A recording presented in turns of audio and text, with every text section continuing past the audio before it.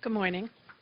Today is the third and last day of an expert group meeting on Indigenous languages organized by the Department of Economic and Social Affairs following a recommendation from the Permanent Forum on Indigenous Issues.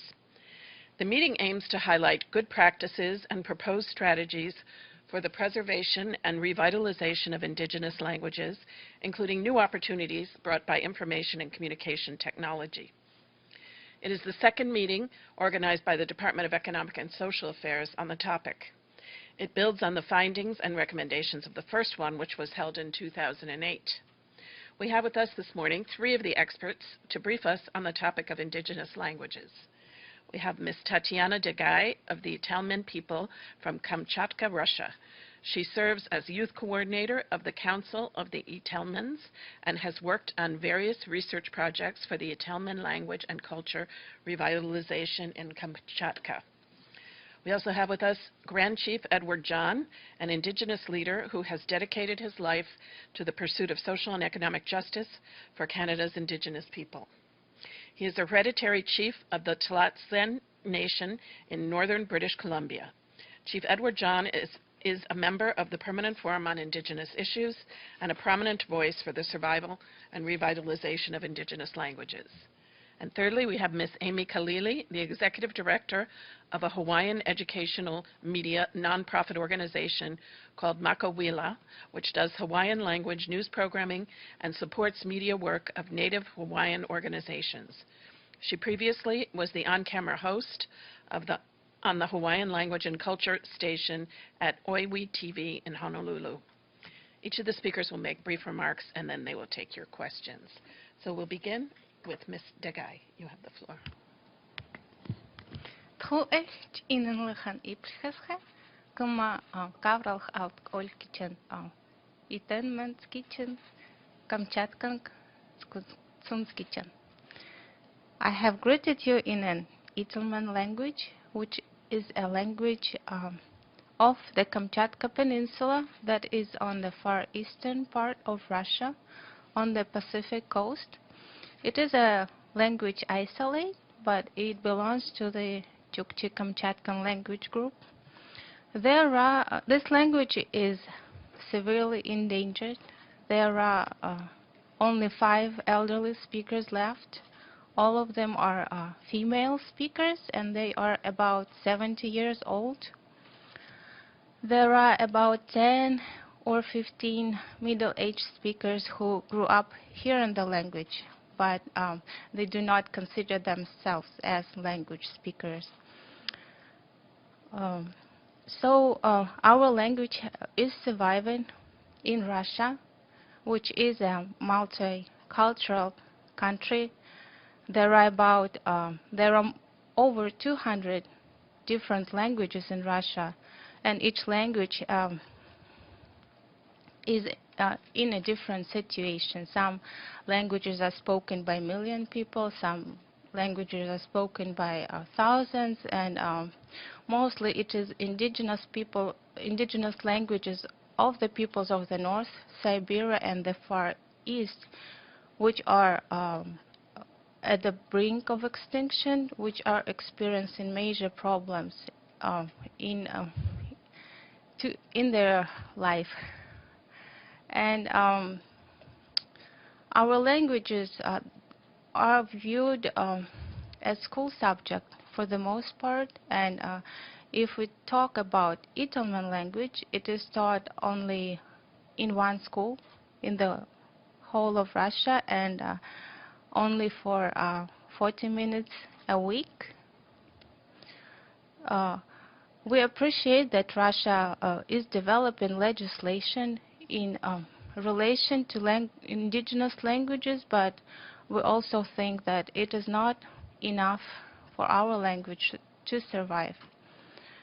So I hope that this meeting will bring more attention to severely endangered languages, and I hope that our recommendations will be heard by the states and by the United Nations agencies, and that the Permanent Forum on Indigenous Peoples will also support our recommendation in May. Thank you, Ms. Degai. Grand Chief Edward John, please, you have the floor. Si no Tl'azt'en and Tl'azt'en si Jocha skana daket gastak Erundi and it's in ne dobogani be no Tl'azt'en. I speak my language, but today I will speak to you in the language of the English that we have learned. I am from the western part of Canada. The language which I speak is part of the larger family of languages called Degai, language that's spoken by Indigenous peoples in Alaska, all of northern Canada, northern British Columbia, in fact into the United States with the Navajo and the Apache in the southwest, and including in northern California, southern Oregon. So it's all over the place, but we speak, it's part of that same language family. And this week, the Permanent Forum recommendation to convene an expert group meeting on Indigenous language and bringing in experts as Tatiana and Amy to speak to us, to listen and to understand the depth of the issue that we have in front of us. In Canada, the federal government set up a national commission on truth and reconciliation into Canada's residential schools, Indian residential schools that ran for many generations. In my communities, impacted 3 generations of my people. And the objective of those Indian residential schools was, as pointed out by the federal government in their policy, was to kill the Indian in the child. And we, including myself, we were the instruments of our own demise, the instruments in the destruction of our culture and language, that we were to be that in these schools. And to a very large degree, they've been successful. The Truth and Reconciliation Commission came to the conclusion that over a 6-year time period that this amounted to cultural genocide. The Chief Justice of Canada's Supreme Court talked about it as an attempted cultural genocide. And people understand genocide in completely different terms, on physical genocide, the destruction of peoples. And in fact, that happened in the Americas as well, that the very first slaves and destruction of communities were Indigenous peoples. And later it was the black peoples who became slaves and transported from across the ocean to these 2 continents. There is widespread crisis on Indigenous issues. You know, we have UNESCO is the guardian of cultural heritage and languages, and the call to UNESCO would be to ensure that Indigenous languages takes a high profile within UNESCO. It's important to have cultural heritage sites that are being preserved, and that the UN pays a lot of attention to important cultural heritage sites. But the Indigenous languages are an important component, the essential component of cultural heritage. And as such, it be elevated to a high level within the international system. The Secretary General Ban Ki-moon has said on several occasions that 1 Indigenous language dies every week or 2 weeks. That's astounding. Now, if there's an animal or plant or a fish going extinct, people are up in arms over that. But when a language is going extinct, no one sees anything. No one even knows that it's become extinct. There are already Indigenous languages which have become extinct. So there is a crisis that needs to be understood. It needs to be talked about, and there needs to be an urgent and proactive approach at the United Nations and within member states to help support the activities and the works that are taking place in our communities to revitalize. And there are some very good examples of what's happening. We can't simply focus on the negative because it doesn't do us any good. We have to understand it in order to realize what it is that we can do in moving forward. And this conference here by the experts is really designed to say, what are the good practices in our language revitalization? We had a speaker who, as she said, that another speaker from North America in the western part of the U.S., that there are 4 language speakers left in the Yuchi language, and that the youngest of those speakers is 93 years old. But they're trying to grow that language-speaking population with the younger people. So thank you very much for the opportunity to say a few words here. Thank you, Chief John. Ms. Kalili.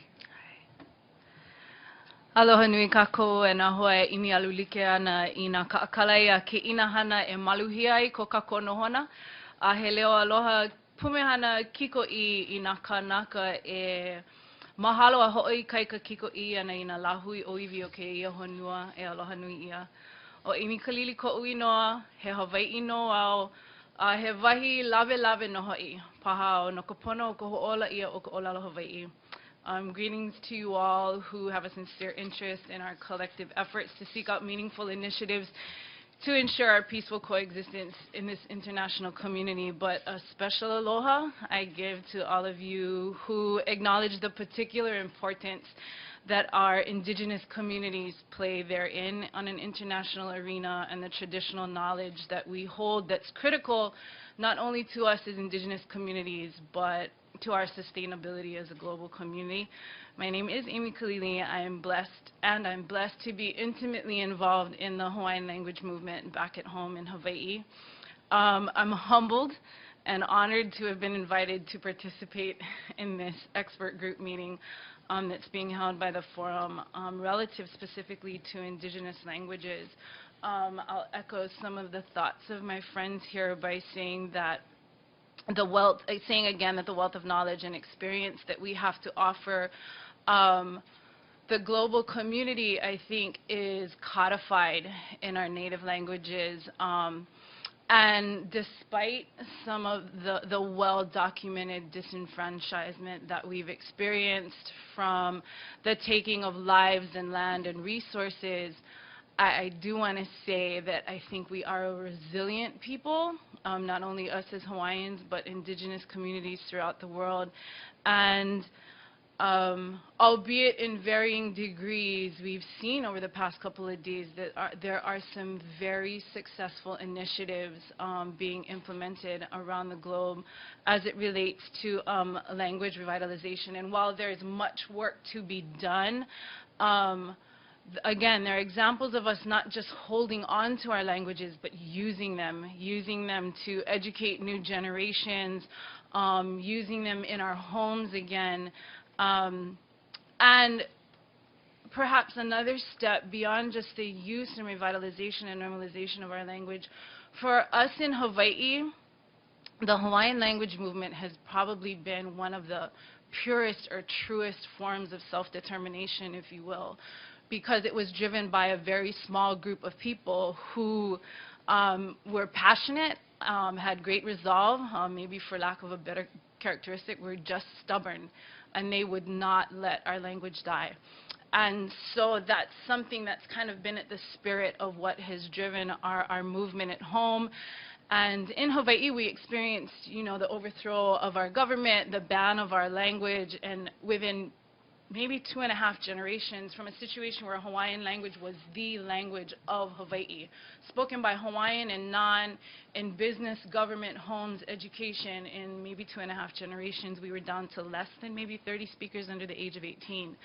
So the Hawaiian language movement kind of grew out of a cultural renaissance back in the early 80s, a little bit prior to that. And for me personally, when I look back at that, because I wasn't part of that at the time, but that renaissance itself, I think, was born of an awakening by ourselves, even as Native Hawaiians, to acknowledge the fact that our traditional ways and our unique worldview had place and capacity in the modern context that we live in now. And so from that small group of very determined people, literally, it was probably, I could count them on 2 hands, the people that just decided to do something about it. And a simple strategy was to establish what is now known as the punana leo, punana being the word for nest, leo being one of our words for language. And it was a place where young babies were brought together